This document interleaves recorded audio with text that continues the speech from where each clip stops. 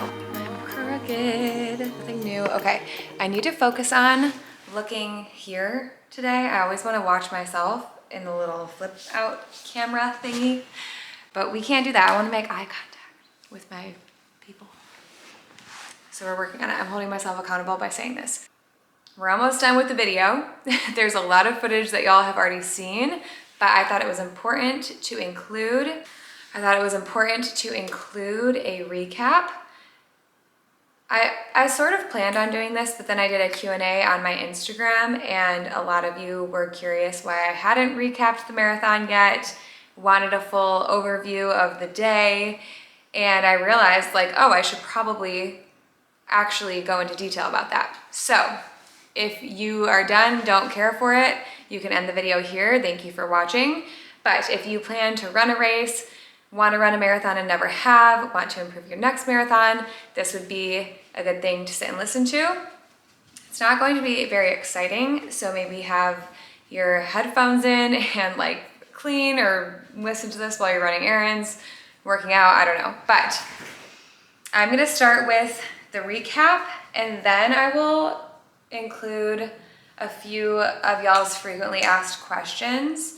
In case you're new here, I have my main fitness Instagram, Nicole M. Roush, which is just my full name. And then I actually started a second Instagram account specifically for running and documenting my race training. That is Nicole M. Runs. I will have it below right here, and then I will link it for y'all in the description box below. So if you're interested in running, that is probably the best place to go. It's actually been a very fun account for me. Anyway, tangent. I'm gonna try to just like bang this out, because once I start talking about something, I could talk about it for hours, especially marathon training and running and all of that. So here we go. Before the race itself, I had a strategy call with my running coach, Chris from Rogue Running. He was incredible. If you're in Austin or elsewhere, I highly recommend him, or getting a coach in general, because he prepared me as much as he possibly could to run this race, and without him I would not have felt even half as prepared as I was, and I owe him a lot. Like, this strategy call, we sat down and he told me when to expect hills, when to expect wind, what parts I would need to visualize, what parts, just all the things. Like, he prepared me for everything. And Houston, the race that I ran, is very flat except for these couple of hills, so he wanted to help me mentally prepare for them. The day before was super windy and the wind was dying down Sunday morning, so he wanted me to be aware that, I think it was like miles 8 through 13 where the wind was against me, and the first 3 miles, but then the wind was working in my favor for the last couple of miles or something like that. So anyway, he also helped me. My biggest concern was, I've run a couple of half marathons. I've done 3, and all 3 of them, you're like almost done with your half, right? But you're still running with the marathoners, and they literally watch you go to the finish line and they have to run another 13.1 miles. And that to me is gut-wrenching. Like, anytime I've run a half, I'm like, thank God I am not running another 13.1 miles. And so I knew that was gonna be a really critical moment for me. So he helped me visualize that. Visualize seeing half the people that you're running with literally leave. Like, it goes from a big cluster of people to not so many people. And he was like, visualize like what you're gonna feel in that moment. Have a mantra ready. Like, to me, I was like, holy crap, I get to run a marathon. What an accomplishment. And that was my whole purpose, was I've already run 3 half marathons. I was ready to take the next step. And he really helped me with learning how to visualize that moment, prepare for it, especially because it was something I was worried about. So that was incredible. You have a race mantra and then a fight mantra, just things to tell yourself, because in your training, physically, you know you can do it, right? It's the mental block, I think, that is the biggest part to get over, and that was what he really helped me with. And then the pace. So my strategy was the first couple of miles, go slower than planned. So my goal pace was 8:40. He wanted me doing like a 9:30, like anything within that range, just to slow down and to warm up. And your adrenaline is raging, so it's natural to want to go faster. So that was one part. Then after mile 3, start to pick up and get comfortable at my 8:40 pace. And then starting at mile 20, 21, slowly shave off time. And then once I was at 24, 25, like really kick it into gear, because that's the last. And then it was gonna make up for the slower time in the beginning, if that makes sense. But I did not do that, which we'll talk about. So that was everything, strategy with my coach. That was the Thursday before my race. My race was on a Sunday. Friday, we left for Houston, checked in, went to the expo early so I could get my bib and everything taken care of so that I didn't have to worry about it Saturday. Saturday, woke up, did a shakeout run, went to dinner with some friends, which was such a good distraction. The night before the race, I have never felt so spooked in my life. Like, I wasn't just nervous, I was actually scared. I did not want to do it. I was absolutely out of my mind, freaking out. And I want to talk about this because I do think it's normal and it's good to be nervous. But what my coach taught me is to feel those feelings, but do what you can to distract yourself, because sitting there and thinking about it is not going to help you. Thinking about it in the sense that, like, you know, working on your mentality, your mantras, preparing, that's one thing, but just sitting and thinking about everything that could go wrong and why you're nervous and all of that is another animal that you just don't want to have to get stuck with. So do what you can to distract. Like I said, dinner with friends was such a fun distraction for me. My friend was running the half. She was excited and just like thrilled for the experience, and it made me feel more excited to be with her. I had pasta, I had a beer. That was another thing that one of my friends who actually ran the marathon, she had said, somebody said to her, the weekend is about having fun. Like, what's the point of signing up for a race and like going away for the weekend to a new city to like sit there in your hotel room and twiddle your thumbs until you run, which obviously you're not going to go out drinking all night, but to have one beer, to have dinner with friends, that was so fun for me and that felt really calming. So that's what I did.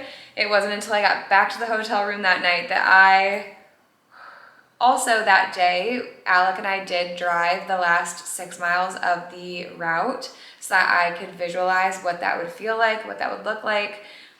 I have only ever run 20 miles up until this point, so to be able to visualize that last 6, I guess like in the runner world, they say a 20-mile warm up and then the final 10K, because you're just like that 20 miles is like, okay, we're getting into it, we're cruising, and then that last 10K is like, all right, it's here, we're going for it. So anyway, the night of, I said a prayer. Alec and I prayed together. We just talked about all my concerns. He was very comforting to have in the hotel room with me.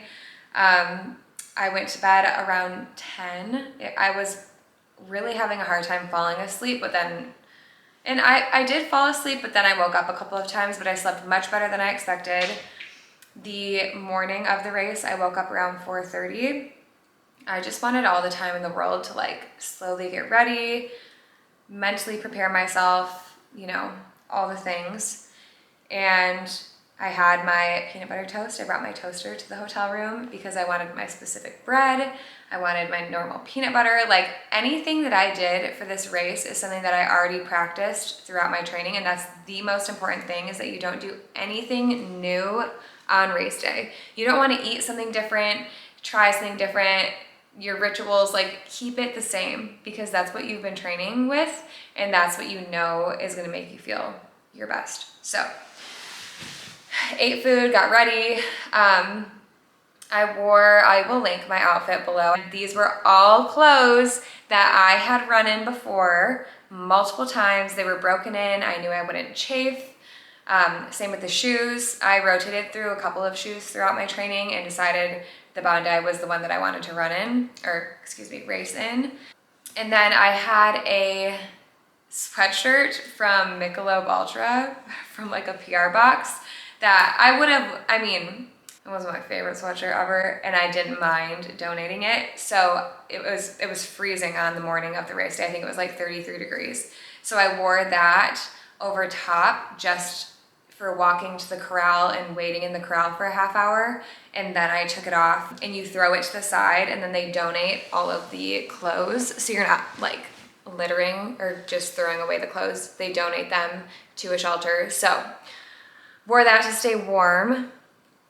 Got ready, whatever. Alec and I said another prayer. I had eaten. I ate probably around 5:30, and the race started at 7. So I needed to give myself some time to digest. I also had like a quarter of a Celsius. I think it was the same flavor that I'm drinking now, because I didn't have my coffee with me, and these I've had before my runs. So again, I wanted to try to stick with everything that I'm used to. I got to meet a friend at the corral. We got to chat before the race started, so it was very calming to have a distraction instead of me sitting there freaking out by myself. Oh, also I used, I'll link it below, I used Monkey Butt. I did not have my glide stick with me because I could not find it for the life of me before we left, but the Monkey Butt is like a powder. It worked so well because sometimes I chafe from my butt cheeks, so we had to get that squared away. And then like my sports bra, like at the top of my boobs, I had to put a little bit, and I put some on the band. I don't normally chafe there, but since it was the extra 26 miles versus 20, I wanted to, I don't know, it didn't hurt. So great for chafing. I also did like Body Glide. I think I do like the Monkey Butt better. It's just not as easy of like an application process. That was Corral B. Corral A starts, the elite runners go at like 6:50. Corral A starts at 7:01, and then we started as soon as Corral A was done. We were right up in the front. It was so worth getting there early because I felt like I didn't have a huge crowd of people to look at. Like, I just felt ready. We like all walked together to the start line, and then we start. And I had, every ounce of me wanted to go slow. And I thought that I was going so slow. And a mile passes, and I look down at my watch, and I'm doing a 7:43 pace. And I was like, oh, my coach is gonna be so mad at me. I don't know what it was. Well, I do know what it was. It was all the adrenaline, the people around you, you're excited. It was also freezing, so I was trying to warm up. I was able to tone it down a little bit. I did not end up running an 8:40. I actually ended up running an 8:05, which I'm very proud of myself. My dream goal was, I guess I shouldn't say for this race necessarily, but my dream goal is 3:30. That was like the marathon time. However, my realistic goal was 3:45, but I wanted to finish in under 3:40, if that makes sense. So my cat just like freaked out at something. I don't know what just happened. So my coach and I trained for an 8:40, 8:45 pace. We did not train for me to do an 8:05. And that being said, my coach wasn't holding me back from running faster, but since that was what we trained for and we want to avoid injury, we didn't have a more ambitious goal. Now going forward, I ran that pace and I felt pretty dang good. Now he knows that going forward, so we can adjust from there, and hopefully my next marathon I can do 3:30 or sub 3:30 and qualify for Boston, which would be incredible. So I did hit a wall around mile 17. I think my pace slowed to like an 8:30 for a little bit there, an 8:40, which was my goal pace, so I still wasn't like worried per se. And then again, like that faster time in the beginning and my faster time at the end made up for any of those longer miles, or excuse me, slower miles, quote unquote. I felt really good. The miles kept going by. All of a sudden we're at like mile 6, 7, and I'm like, how is this happening so fast? It was truly flying by, and it was so fun. It felt so exciting for me to leave the half marathoners, and that's what I talked about a few minutes ago, how I was really nervous for that point, but I felt like I was so mentally prepared for it that I was actually excited. left them, and then I'm so fortunate. I had Alec at mile 4, my friends at mile 8. I think I saw them again at 16, at 23. I had the most wonderful support system. I'm getting ahead of myself, but I think knowing, I would have them text where they were standing so that I could see on my watch and know to look out for them. And I think knowing, okay, it's mile 11, I'm gonna see them at mile 16, like that is what I worked towards. I wasn't thinking about the finish line, I was thinking about the next step, 1 mile at a time, and that was very, very helpful. Mile 17 is where I hit the wall. I can't remember exactly what happened, but I think I just realized like, oh, like we're in this for another 10 miles. Like I've already run this many miles. We still have a lot to go. And I don't know, I also was running faster than I had planned. That's when it started to get mentally tough. And yes, my body was tired, but it was my mind that was like, just like, okay, can this be done? So I picked it up a little bit. I found the 340 pace group, and I just said, as long as I stay in front of them, I feel good and accomplished. And then around mile 20, my coach joined me. He was in the sidelines and he joined me for a couple minutes. And this was also when I knew I was going to go through that route that we had already driven. And knowing that really helped because I could visualize what we were gonna see next. And I was excited for that part because it was a beautiful part of Houston. I was excited to see that part of the race. But yeah, Chris ran with me for just a couple of minutes, but it truly made all the difference. I could hardly talk because I was just like overwhelmed.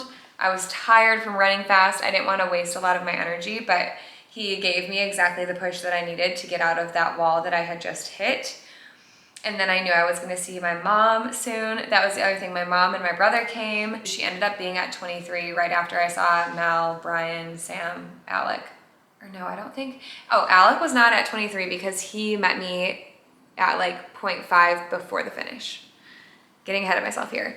But once I saw my friends, I came around the corner, saw my friends, and then my mom was like up the way on the other side of the road with my brother and my second cousin, random. I had a lot of supporters there, which I'm so grateful for, but I see my mom and she is like I could cry about it, I'm not going to, I'm not gonna cry.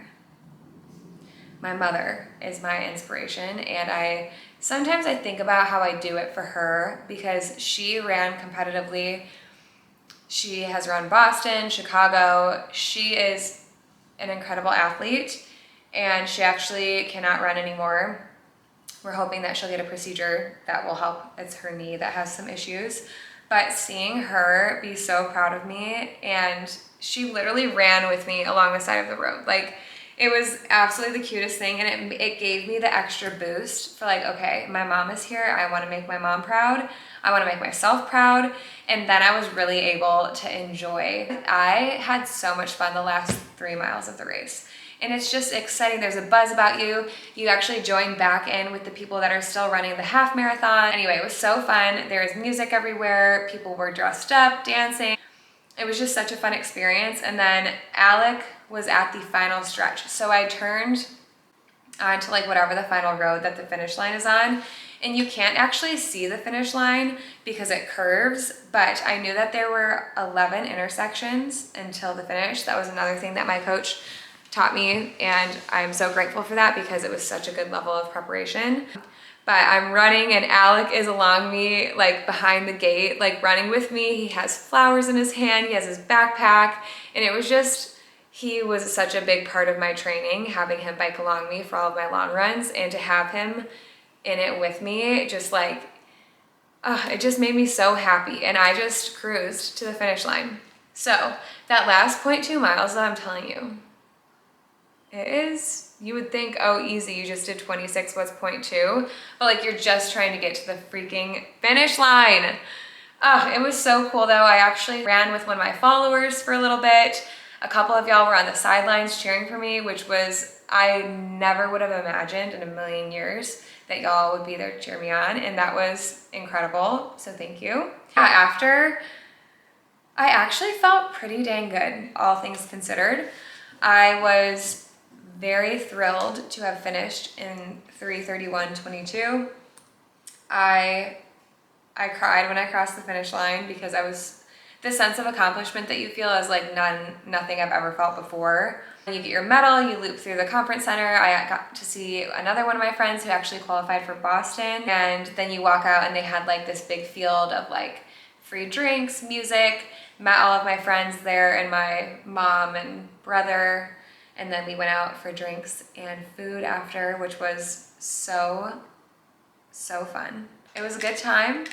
I'm still very proud of myself, still on a little bit of a high from all of it.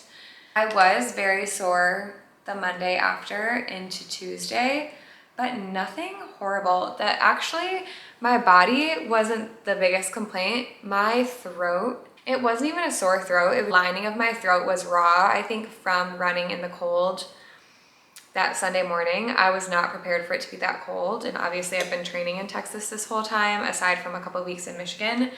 But that freezing, breathing in that cold air for 26 miles really wreaked havoc on the lining of my throat. So that was one thing, and I had a cough from it, but didn't end up getting sick or anything like that. By Wednesday, I was feeling pretty dang good. We were in Jamaica. I got to rest, relax. I took some days off of exercise. I was actually going to run that Wednesday, but since we were in Jamaica, I pushed off my first run, and I'll probably run this week. I know I've talked forever and I said I wasn't gonna do this, but I'm gonna get to some of the frequently asked questions that y'all had. I actually feel like I answered most of them because I wrote down some of the stuff. One of the biggest questions was what I wore, and I mentioned I will link that all below. Another one, how long did I train? I started my training Labor Day, which was September 5, I believe. Let's see. I trained for 20 weeks, which seems like a long time, but I am very glad that I did a longer training.